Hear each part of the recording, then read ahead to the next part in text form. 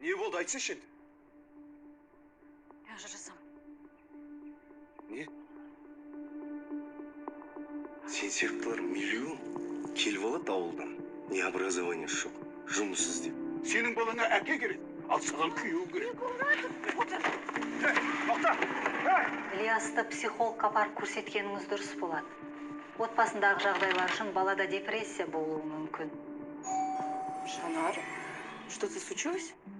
В смысле, мен няня? Мен сен просто ана нянялар агентствосынан келді деп айта салам, все. Я к вам на собеседование пришла. Ты лучше ей в глаза не попадайся. Снежная королева, если что-то хочет сказать, она оставляет записку. Мне сенің жаңа няня. Димаш? С новой няни глаз не спускайте. А может, бұл шаруамызда мини-бизнеске айналдырамыз?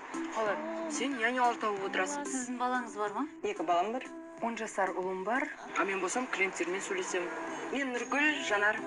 Өте қуаныштымын. Менеджер по подбору персонала. Жоғаңдар, агентстволар мен қосып жоғаңдар. Терминус! Они стопудово спят.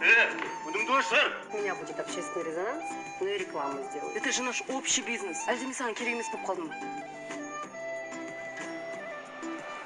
Прислуге надо давать столько, чтобы она глаза боялась поднять.